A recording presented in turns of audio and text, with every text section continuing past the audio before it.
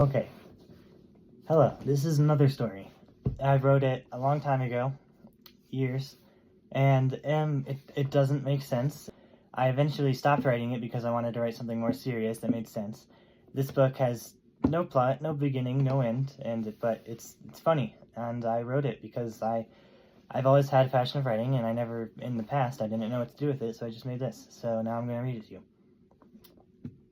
It's called The Book of Insanity.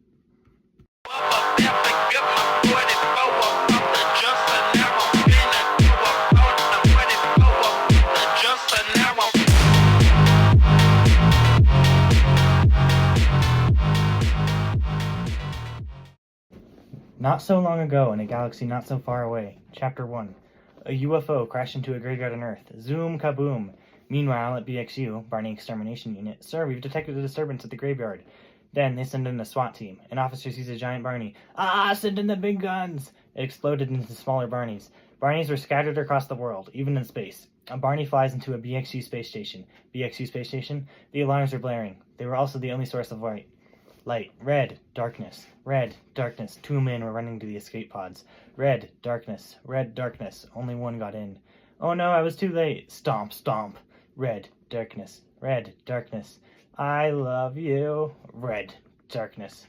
You love me. Red. Darkness. Red. Darkness. Let's get together and become Barneys. Red. Darkness. Stomp. Hello, friend. Don't you love me? Bite. Oh, I don't feel so good. Oh, the pain, help. Rar? The man turned into a Barney. Then the Barney stole a jetpack and went to the moon. Wait, what? Barney bites an astronaut. I feel weird. A Barney head breaks through the glass. Pop. The astronaut disappears from existence. Double do. Pop. Barney teleports to Peppa Pig's house. Ding dong. Mommy Pig. Wait, where's Peppa? Barney pukes out Peppa's bones and breaks through the door. He brutally shoves Mommy Pig into the oven and waits until she has melted into bacon. Then he puts the bacon into a boiling pot of water. George comes home. I'm home. He immediately shoves George in the pot. George screams as he slowly melts in the boiling pot of water. He puts Peppa's bones and salt into the pot. I call it Barney juice. If you drink it, you turn into Barney. The following events are so violent that we cannot roll the tape. Roll the tape? Okay, wait, what? No! Here's what happens if you drink Barney juice. Slurp. I don't feel so good. Your body parts start to wiggle, then you explode, and thousands of baby Barneys start crawling out of your rotting carcass. Meanwhile, at the graveyard, magical oil dripped from the UFO and into roots to create Demi-snakes, Demogorgon snakes. Then Barney bit one to create Demo-Barney. At Daniel Tiger's neighborhood, it's a beautiful day in the neighborhood. 5 minutes ago, it's a beautiful day in the... Oh, look, a snake with Barney's head. Wait a minute, don't you have your own show? Why are you in mine? That's a violation of copyright. Ow, it bit my butt. I don't feel so good. 2 minutes later... Meanwhile, at the school playground, oh, look, an army of purple snakes and dinos. Level 3 lockdown, screamed the megaphone. Inside room 408, help. They heard from the other side of the door. Outside room 408, help. Lick. They let him in. I don't feel so good. Pop. Then he bit all the other classmates, and in 3 minutes, there were more than 30 recruits to the Barney army. Meanwhile, at someone's house, here's some Barney juice, said one kid. The other kid took it, ran up to his room, and locked the door, then started drinking.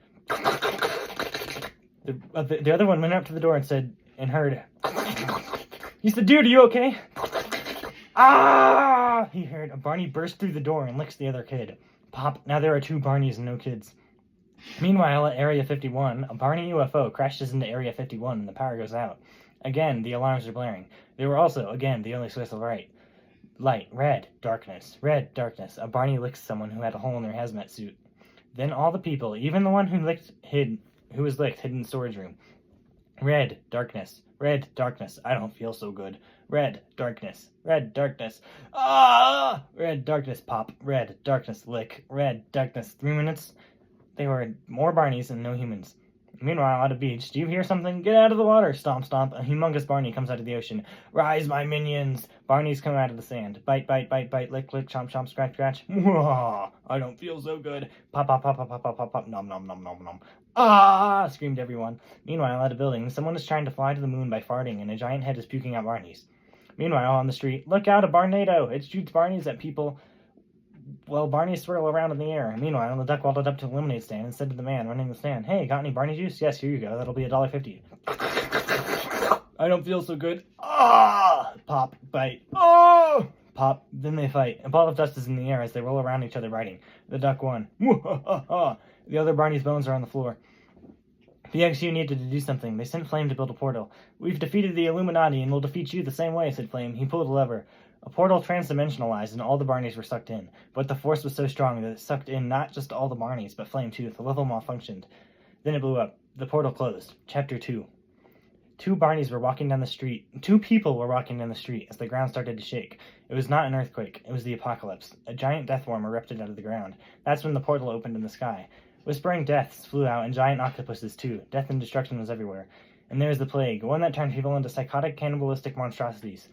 The portal opened because of the dimension across to defeat the Barneys. Just then, Flame fell out of the portal and saw the terror he had unleashed on accident. He headed to find his friends. He walked for hours until he came across an abandoned supermarket. He was looking for some food when he heard a groaning sound coming from the end of the store. Hello, he called. No response. He peered into the aisle where the sound was coming from and saw the most horrifying thing he had ever seen in his life that resembled a human being. He screamed and ran as far away as possible. He ran for 5 minutes and stopped and looked around him. He had lost it. He looked in front of him and saw one of his friend's houses. He knocked on the door, and his friend opened the door with the shotgun. Oh, it's you, said Tim. Well, what were you expecting? I don't know, a hungry zombie guy with tentacles growing out of his toes and razor-sharp teeth? Flame saved the world. 6:47 p.m., Tuesday, March 11th, 2034. An evil scientist was up to no good in his lair. Yes, I have finally created a nuke powerful enough to destroy the moon. Now I shall launch it. Beep. T-minus 60 seconds to liftoff. Alarms are now blaring in the control room. Nobody can stop me now. T-minus 15 seconds to liftoff. 10, 9, 8, 7, 6, 5, 4, 3, 2, 1. You could hear the sound of fire coming out of the bottom of his doomsday nuke device. 5 seconds to impact, said the computer in its monotone voice. The moon exploded. Hundreds of giant chunks of rock were hurtling towards the Earth at 7,000 miles per hour. The distance from the Earth to the moon was 238,900 miles away. Earth was doomed. Oops, I hadn't thought about that. I thought the moon would just disintegrate. 34 minutes and 12 seconds later, kaboom! 1 year later, the remaining population was 1 million. If only Flame could somehow build a time machine to stop the nuke. Meanwhile, at Flame's bunker, I wonder what's breakfast, thought Flame. He opened the pantry. Yep, another can of beans and some expired apple juice. He would have to go to the surface to hunt soon. If there were any animals left, that was. He would have to feed his pet wolves before they got hungry again. He was almost done with his time machine. He just needed a few parts. 5 days later. He had finished the time machine. He set it to 6:45 p.m., Tuesday, March 11th, 2034. Then he pushed the big red button. It was a barrage of color, partly from the time paradox and partly from the green liquid swirling around him that he had vomited. But he had reached his destination, or so he thought. He opened the door and saw a Stegosaurus in front of him. He had forgotten to switch it from BC to AD. Unfortunately, the time machine had run out of power. Where was he going to find 6 pounds of timonium in 16 million BC? Luckily, though, another compatible power source was volcano juice, aka lava, and there was lots of that in 16 million BC. Uh-oh, he thought. If there were also lots of it, that also meant that there were lots of active volcanoes waiting to erupt. But he had solved this problem by making a big slingshot out of a palm tree, coconuts, and a caveman stick. Where did he get that? That's a story for another day, because he is about to launch the slingshot while he is in it. 3, 2, 1, ha-ha! Whoosh! That was a lame sound effect. How about this? As he walked back in the slingshot, sledging out the band, he finally stopped. Then he let go. He was flying towards the volcano at 74 miles an hour. He crashed into the side of the volcano. Sound of trash cans falling and a scratch screeching. Cat screeching. Oof. Well, since he had a pillow taped to his chest, he was fine. So he gathered some lava, put it in the time machine, and switched it to AD, and then traveled through the time paradox to his destination. He stepped out of the time machine. He was now in the evil genius's lair. So, brother, I knew you would try to stop me. Dun dun dun. Now, time for the flashback of how Flame's secret brother has a tragic backstory and how he was going to do this for revenge for something that Flame had no control over and is full of drama. Like all backstories, it all started a long time ago when I was a little boy, began Flame's brother. Cue the ripple and fade to past. We were both working on a project together that would change the history of mankind. The day had come where we would activate the machine. Flame had a bad feeling about it, but I was confident. We would become billionaires on the face of every magazine. I had starved for fame and fortune. Flame had warned me about the dangers and how we could make something else, something more stable, he had said. But I was stubborn and insolent. So I ignored him and decided to operate the machine without him. I was about to push the button and begin the process. I would be a scientist to go down in history. I knew you would try to stop me, so I pushed the button before you could stop me. And that made it so it could not be shut down. The portal had opened. I was about to activate phase 2 when you had broken the machine. You said that if you hadn't stopped me, a giant wormhole would have opened in the sky with every dimension falling out of it into ours. You were wrong, brother. And today I will show you. The nuke was just a distraction because I knew you would come to try and stop me, but that is not what the real danger here is. In this timeline, I'm not going to launch a nuke. I'm going to reactivate the machine. Chapter 3. And now, since you have heard my plan, which is only evil to you, by the way, because this time I did the calculation. Don't do this, Spade. You could kill us all. Jerry, do me a favor and escort Flame to his cell. Sorry about this, Flame, but you'll see that I was right after this. No! Spade's robot servant led Flame to his cell. You won't get away with this, you hear me? Yelled Flame. Oh, but I already have. Beep. 5 minutes later. Flame was looking out his cell window and saw the wormhole open in the sky. Oops, forgot to carry the 2, said Spade. A time machine transdimensionalized into his cell. Flame stepped out of it and said to Flame, "Come on, I'm here to get you out of here." Flame had built a time machine in another timeline to come break himself out of his cell. So Flame stepped into the time machine with Flame. But right as he was about to step in, another Flame appeared in a time machine. Quick, duck, yelled Flame. The other 2 Flames ducked. A missile fired over their heads. It had come out of the wormhole. The wormhole was getting bigger and bigger by the moment. If it continued to expand at this rate, the very fabric of the universe would be torn apart in 2 days. 2 days later, there were now 582 Flames, which had all come in time machines to try to stop Spade. They were now having a meeting. In approximately 2 hours, we are all going to die. Unless, there is no unless. That's the reality now. Any ideas? We could travel back to the time when Barneys were taking over the Earth. There would be no threats then, and since there was a dimension cross right after the invasion when Flame stopped the Barneys, we could break the lever before the portal is even open so that there can't be another dimension cross in any point of time. It could work, but then we would have to find another way to defeat the Barneys. Well, we have less than 2 hours to decide, so I vote for the outcome where we don't die. All in favor? Hear, hear! They time-traveled to the time when Flame was about to be sucked into the portal and activated. Bang, bang, bang, crash, boom, boom, boom, boom, bang, bang, boom, boom, pow, pop. The level was a pile of crushed metal. What was that for? Said the Flame that had no idea what was going on and only knew that there was no way to defeat the Barneys, or so he thought. There were now 583 Flames that were thinking about another way to defeat the Barneys. 6 hours of thinking and coffee later. Oh, I have an idea. What? Screamed everyone. They were in desperate need of ideas right now. Oh wait, never mind, that won't work. We've got to find a way to defeat the Barneys. After about another hour, they had successfully created a plan. They started to go through the procedures. First, we raid the secret volcano base where the Barneys are hiding their king. Without a king, they are helpless, stupid creatures and will all just run to the ocean and drown. This is inferred, of course. When we raid the base, we will enter by drilling into the bottom and we will surprise attack them. Then we will use a secret weapon we have been working on to defeat King Barney. After King Barney is dead, we will then have to hunt down every last Barney on Earth one by one, unless, of course, our inference that they have peanut brains and will all jump into the ocean and drown without a leader is wrong. After every last Barney is gone, we will all go back to our timelines and go back to living our lives. All in favor? Yee! In the meantime, they finished working on their killing machine to defeat the Barney King. Wait, we should build something to capture all the Barneys into one place so we don't have to go into every country and kill the Barneys. Great idea. They split up the work, 269 Flames working on the killing machine and 269 Flames working on the Barney capturing machine. The capturing machine would throw a beam of light into the sky, then a lightning would go to every Barney and take them to the void container, which is small but could hold anything. After the Barneys were in the void barrel, they would toss the barrel into another dimension that none of the Flames lived in, of course. So they all got into a lava-proof ball and jumped into the volcano from a plane. The ball was rotating and spinning while falling very fast. Luckily, Flame was not a person who got motion sickness. They went through the lava and landed in the secret Barney King's lair. They released their secret weapon. Their killing machine stepped out of the lava-proof ball. Its name was Big Jim. Big Jim is an unstoppable force with enhanced strength and durability. Big Jim is capable of smashing objects through walls, withstanding lots of punishment, and grabbing heavy objects and throwing them across the room. While Big Jim uses his great strength to pick up and rip people in half. If he needs a quick kill, he can extend the blade mounted on his wrist to cut through people like butter, or if he needs a ranged attack, he can just use his 2 wrist-mounted LMG guns. Big Jim could switch between these weapons on the fly, either using 2 LMGs or 2 blades on one wrist. Big Jim will do whatever it takes to kill his targets. Once he has his sights on you, he won't stop chasing you until you're dead, with all his weapons, strength, toughness, and determination together. Every Barney on Earth was now a pile of bones. After the Flames had defeated the Barneys once and for all, the killer called Big Jim was now on the loose. The human population was decreasing rapidly. The unstoppable abomination would be the end of the world. Big Jim had no mercy, and he was leaving corpses lying around. The government tried nuking Big Jim, but it did not work. They sent 1,000 tanks, 1,500 armed troops with miniguns, SWAT teams, and Black Ops. Pop quiz. Which killed Big Jim? Answer. None of the above.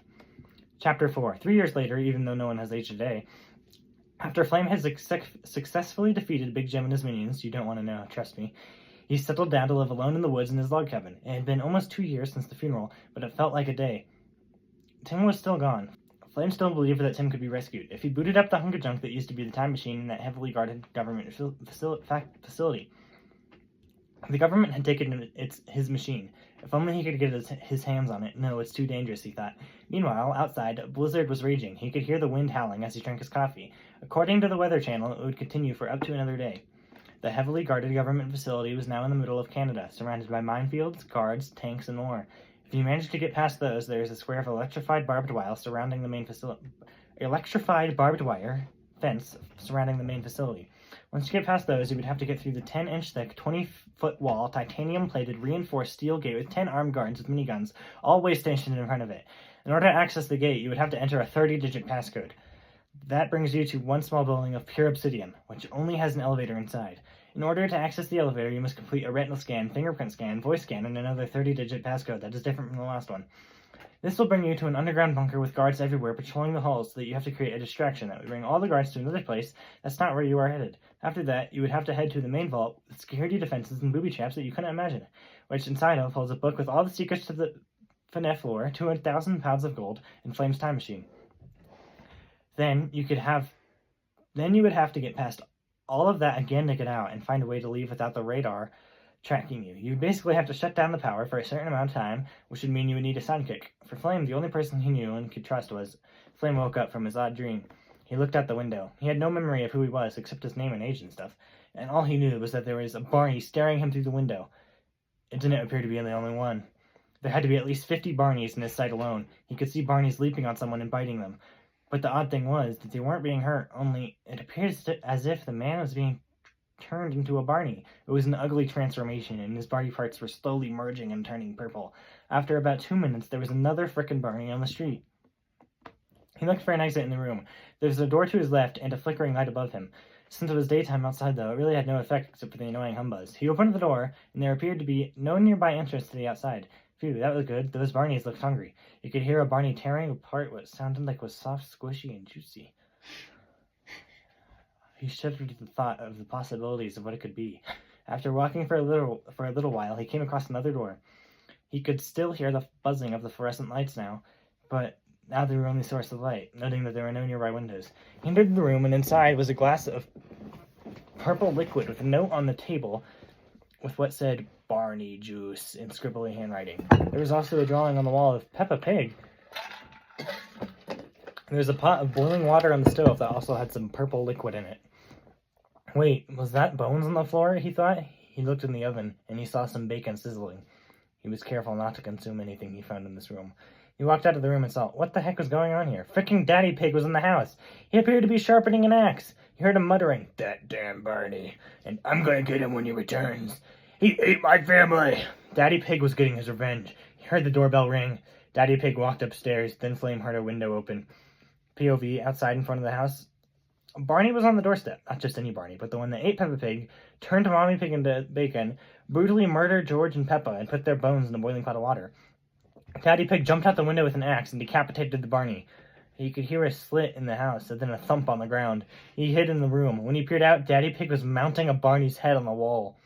Chapter 5. Hello, Flame called. Daddy Pig turned around with a shotgun and called in a deep, manly, raspy voice. "Who goes there?" A guy who strongly dislikes Barney's family pride. That seemed to lower his aggression a little bit. He lowered his shotgun, but didn't let down his guard. "What are you doing in my house?" he said with a toothless grin. He sounded like Hagrid. I'm looking for a way to, stop the, Barney invasion," said Flame.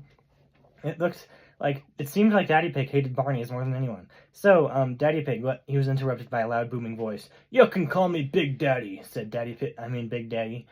It was getting extremely weird now. Was he in some sort of nightmare where cartoon characters were real in a twisted sort of way? What was he going to see next? Mickey Mouse? Flame thought. "Follow me," said Big Daddy. It was a command, not a request. He followed Big Daddy into a Wrangler equipped with bulletproof armor and a mounted turret on top. They drove for about 10 minutes until they came about Mickey Mouse's death house. The sign on the front door read. They got out of the Jeep and Big Daddy pumped his shotgun. "These guys have been bothering me for a while now," said Big Daddy. Big Daddy broke open the front door. "It's a trap!" yelled Big Daddy. They ran out of the house. Mickey Mouse was in an air balloon, throwing Molotovs at the clubhouse. The flames instantly started devouring the clubhouse. They could hear Mickey Mouse's evil laugh as it burned. "Oh, oopsies, did I do that?" Goofy the Devourer of Souls, according to Big Daddy, stepped out of the clubhouse with a knife. "Want to play a game with me?" Flame was scared out of his wits. What was going on here? What was this place? Wherever he lives back home, if he had one, sure wasn't like this place. Big Daddy shot Goofy 3 times in the chest, and he backed into the clubhouse and pumped his shotgun again. They can't die, only be wounded, and fire heals them, Big Daddy informed Flame. Donald the Bloodsucker, Big Daddy had given them all a name which applied to their traits, came out of the ground with an LMG in each hand. It was fully automatic, and the magazines trailed about 10 feet behind him. Donald opened fire. Get down, yelled Big Daddy. They were crouching behind a bulletproof Jeep Wrangler. Big Daddy climbed up onto the mountain turret and gave Donald a taste of his own medicine, except for bigger shells, of course, and Flame decided to do something useful besides sit and wet in his pants. He had looked in the Jeep for a weapon and found one that glittered like gold and stood out against the rest, a set of daggers. He tried to throw one, and surprisingly, he was amazing at it. He tried throwing the daggers at a nut on a tree. He hit the bullseye each time. The special thing about the dagger he got, though, was that if you took it out of your pocket and threw it, it would regenerate each time, so you have an infinite supply. The dagger fit into the bottom of his hand snugly, as if he had it his whole life. He had a sudden flashback. He was taken into custody and searched. Someone took a phone, some cash, a paperclip, and a dagger out of his pocket. He was then hooked up into a machine that connected to his brain. He was thrown into a cell, the one he woke up in. He reeled himself back to reality. He stood up and threw his daggers at Mickey's friends. They found their targets spot on and sunk deeply into the flesh. Big Daddy and Flame got into the Jeep and went back to HQ. Big Daddy's house had a secret underground bunker that was connected to a series of underground tunnels and sewers, which traveled on for miles and miles in an uncharted maze. They were traveling through them to the Teletubbies. Chapter 6. He woke up in a strange land, unknown to him and many others. In fact, there was no one else here, or at least not anymore. He took notice of his surroundings and saw a barren wasteland, a dry desert with cacti and those things that blow around in the air, tumbleweeds. He then was forced to watch what life was like in the Waffle Dimension. Meanwhile, in the Waffle Dimension, crazy things seemed to happen in the Waffle Dimension. For example, right now, Spider-Man tried to steal a cake from Donald Trump, so was thrown out the window of a plane. Shrek has enslaved many sussy imposters to work on plantations and grow berries. There are a total of 50,000 current plantations, and they all surround the main city, Shreksville. Shreksville is where Shrek is located, in the center's tallest tower. In the center city, there is a factory where more sussy imposters work and turn the grown berries into jam. Gru is the overseer of the factory. There is a huge underground storage where the surplus of jam is located.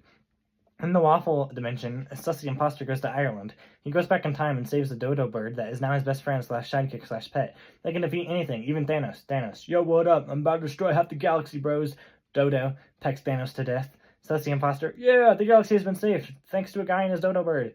For any and all court cases, there is the Supreme Court consisting of 9 people. Andrew Tate, Dwayne Johnson, Daddy Pig, how did he get here? Elon Musk, Barney, Donald Trump, a donkey, and Joe. Joe was terrible.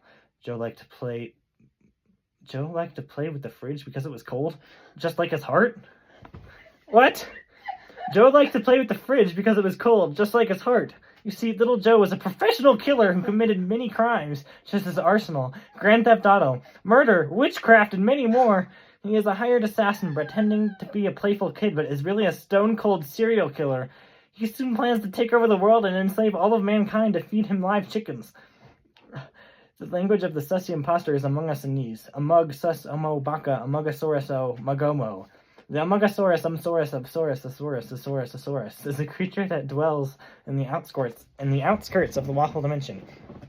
The 1 million square miles of the colony of Shrek is protected by a perimeter that surrounds the whole property, Shrek's Swamp. Shrek's Swamp surrounds the area of Shrek's colony and is full of a sticky substance that when you enter the swamp, you will become addicted to it and never want to leave and eventually die of dehydration or starvation. This protects the civilization from unwanted visitors. The sussy imposters each have a cabin outside of their plantation that they live in. They live in a cabin, not the plantation. What are you doing in my swamp? Shrek's clone approached him with a smile that was wider than... period. Shrek's clone lunged down to grab him and picked him up. Everything went black as he was lifted into his mouth.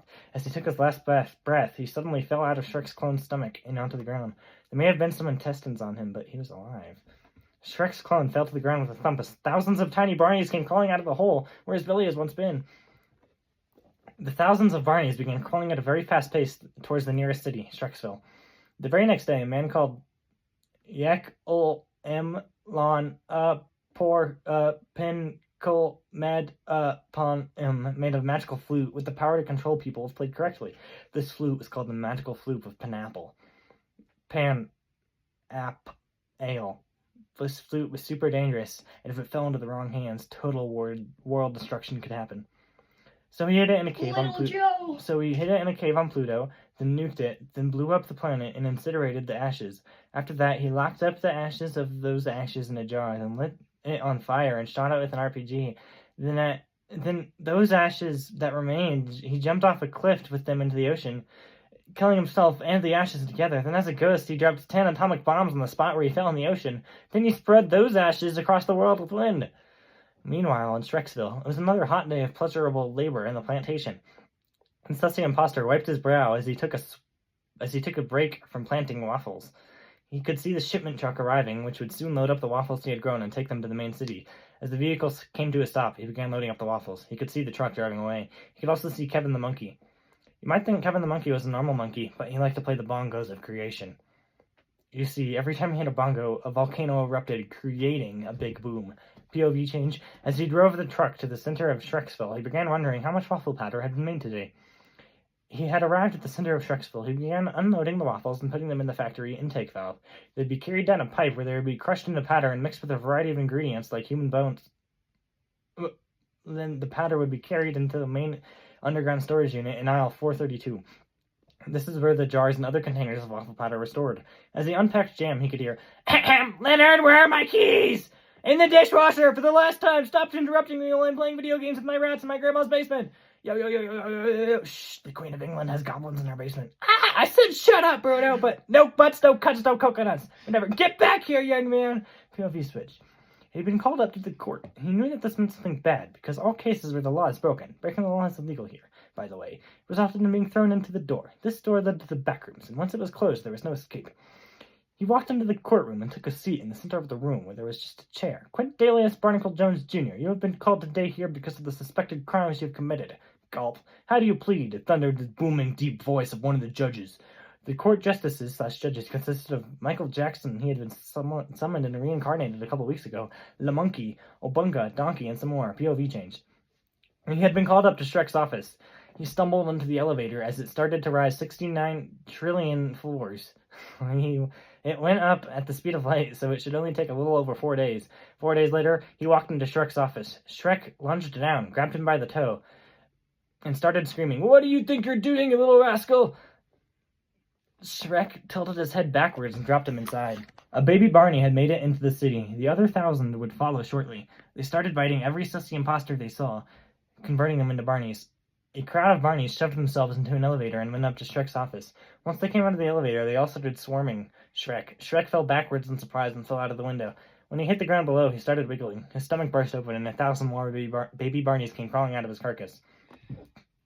The Barney virus had broken out, and the Barneys would rule once again, only in the waffle dimension, as we're not in the regular dimension. In the woods behind Shreksville, there was a forest. A man was walking in the forest on an epic quest to find the legendary golden rubber ducky of wisdom.